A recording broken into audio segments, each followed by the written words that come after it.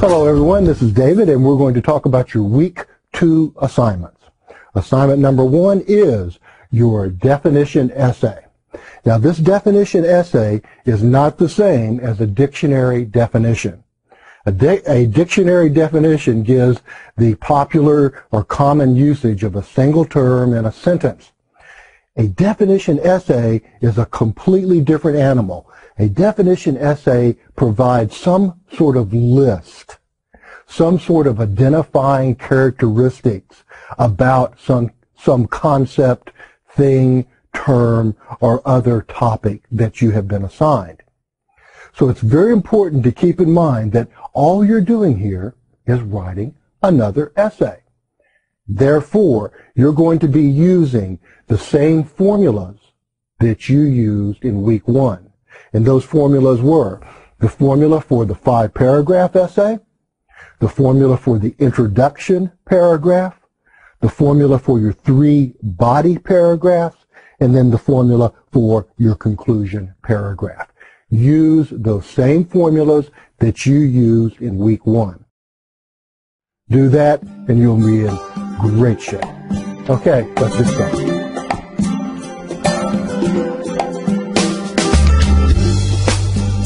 Let's begin our discussion of the Unit 2 assignments with the definition essay. As the instructions say, this is no big deal. And one of the reasons this is a no big deal is that you're going to be using the same formulas that you used in your week 1 essays. And those formulas are the formula for the thesis statement, the formula for the introduction paragraph, the formula for the body paragraph, and the formula for the conclusion. So let's begin with the formula for the thesis statement. If you'll remember, the formula for the thesis statement is the topic plus your position on it. In this case, the topic is one of the terms or phrases that is listed for your selection at the beginning of this assignment. For example, here the student has chosen as his or her topic global warming. Now the student simply adds his or her position to that topic. For example, the term global warming is often misused in the media, resulting in confusion about the danger facing humans. So, as we talked about in the introduction to this video, a definition essay consists of a list. What is going to be listed in this essay about global warming according to this thesis statement? It's going to be the misuses. Misuse number 1 in the media, misuse number 2 in the media, misuse number 3 in the media. Let's look at the next one. Again, the term is chosen from the list provided, and here it is adjustable rate mortgage, or ARM. The thesis combines that topic with the student's opinion or position on that topic, and here it is. The failure to understand the true meaning of adjustable rate mortgage has cost many Americans their homes. So, what will this essay list? It will list the things that Americans fail to understand about adjustable rate mortgage. So the list would be the first thing Americans fail to understand, the second thing Americans fail to understand, the third thing Americans fail to understand. And it's that simple in order to write a definition essay on adjustable rate mortgage. After you have come up with that thesis, you then want to add it to your 4-sentence outline. And remember, our formula for the 4-sentence outline was the thesis, which is going to be the last sentence of your introduction, and 3 body paragraphs. Let's see how this particular topic, No Child Left Behind, is outlined. Let's remind ourselves of the thesis. Once parents and school administrators discovered the defining details of this law, they began to hate it. So all we do is list what they discovered.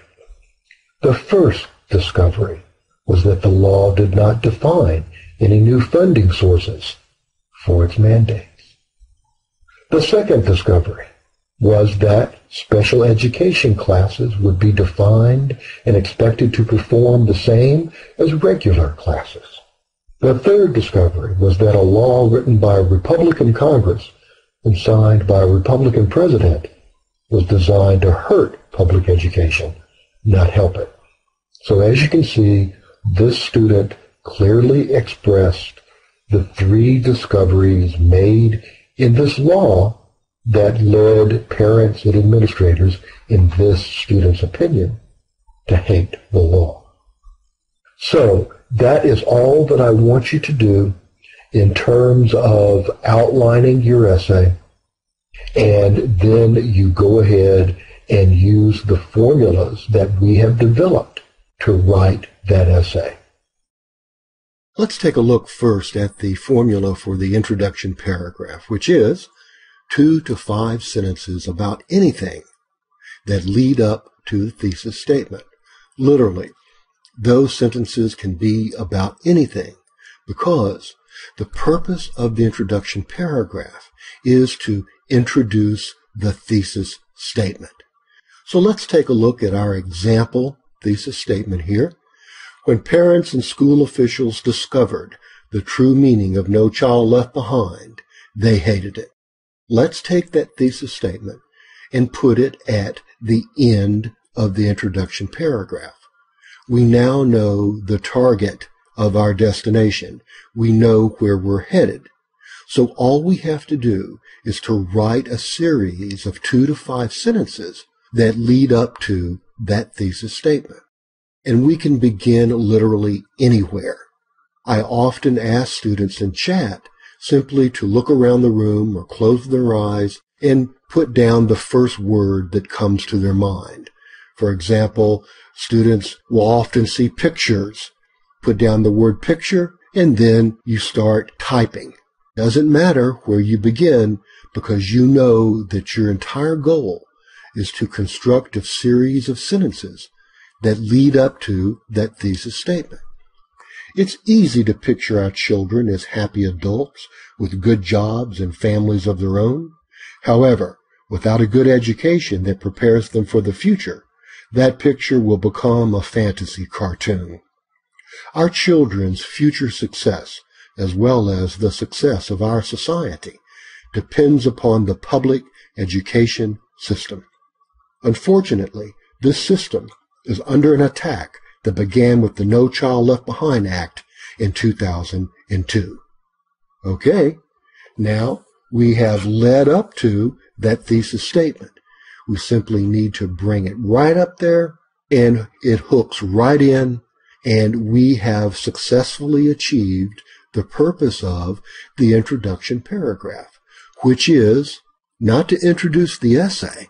Your thesis does that, but to introduce the thesis itself, which should be the last sentence of the introductory paragraph. Keep in mind, you're writing short academic essays.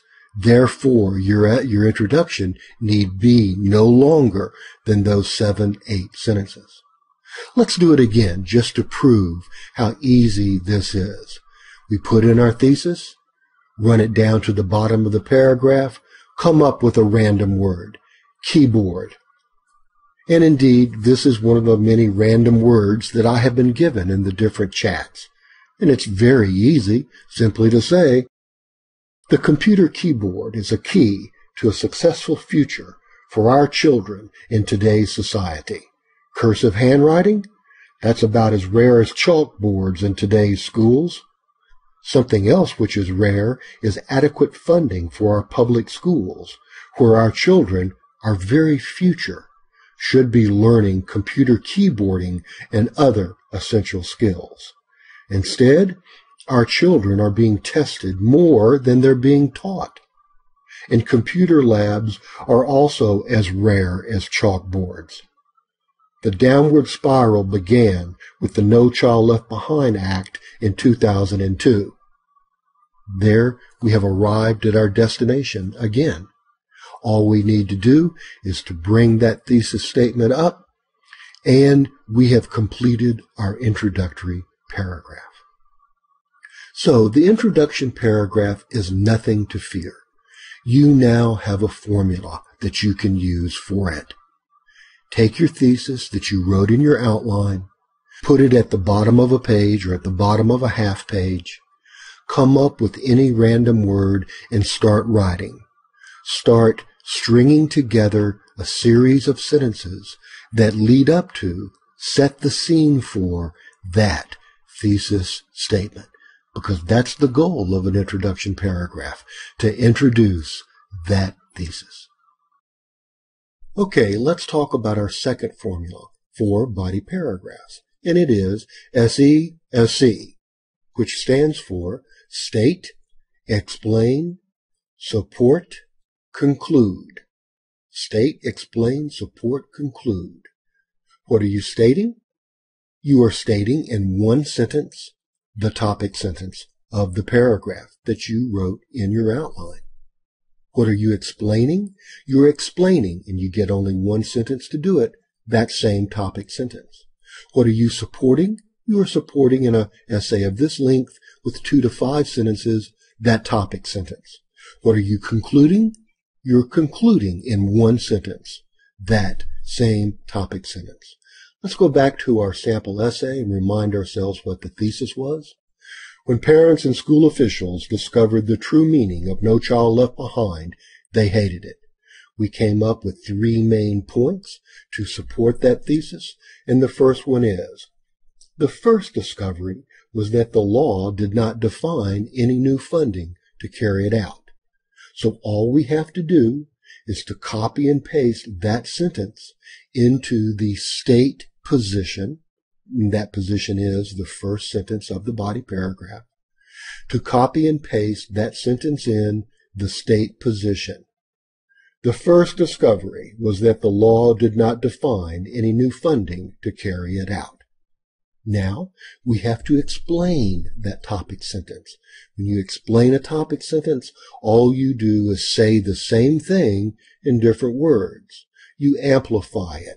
You add detail to it. You say it in a different way. For example, the No Child Left Behind Act was a list of mandates for public schools, but without any federal funding to implement them. So as you see, we've said the same thing, but with different words, and that has further helped to set the scene for our readers.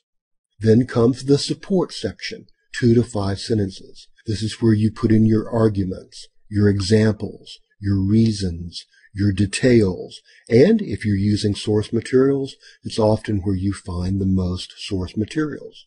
Our support could be, what good is a new mandate or requirement without the support or resources to implement it? Turns out, such a law serves a very important purpose, to punish public schools. The No Child Left Behind Act became a sledgehammer that Republicans and private school supporters could use to intimidate, defund, and even close low-income schools that could not meet the new requirements. And now that we're finished with the support section, we have to only conclude the body paragraph, and we get one sentence to conclude to refer back to the topic sentence by writing something like, it didn't take parents long to discover this clever twist hidden in No Child Left Behind. So as you see, we've picked up on the word discover. The clever twist was that it didn't define any new funding, and so we have successfully wrapped up this body paragraph using our formula of state, explain, support, conclude. Our last formula is the formula for the conclusion paragraph, which is restate the thesis, then tell its importance. Restate the thesis, that means say the same thing but in different words, and then tell the importance of that thesis, its import, its impact for your readers. Okay, let's remind ourselves of our sample thesis. When parents and school officials discovered the true meaning of No Child Left Behind, they hated it. Okay, we have to restate that. We have to say the same thing in different words. For example, popular sentiment against No Child Left Behind has never been higher. So, sentiment against, that means hate. No Child Left Behind, we have repeated it. We've said this thing is hated, and we've said it in different words. Now we're going to tell its importance, and this takes up the bulk of the conclusion paragraph, which is usually one of the shortest, if not the shortest, paragraph in your essay. The revolt has been led by school officials, teachers, and administrators who have been put in the position of meeting new requirements without being given the resources necessary to do so. The end result has been a lose-lose situation for public schools, as they fall further behind the mandates imposed by No Child Left Behind. Their meager funding is cut even further, resulting in a downward spiral. Caught in this NCLB trap are America's children, who are well-tested but not well-versed. Here comes that final result we're really hitting home now. What will be the outcome for a generation doomed to academic failure by poor legislation? Sounds like another lose-lose situation for them and for America. So there, we have restated the overall thesis that we first introduced in the introduction. Then we have taken our time to tell the impact, the importance, the takeaway for our readers.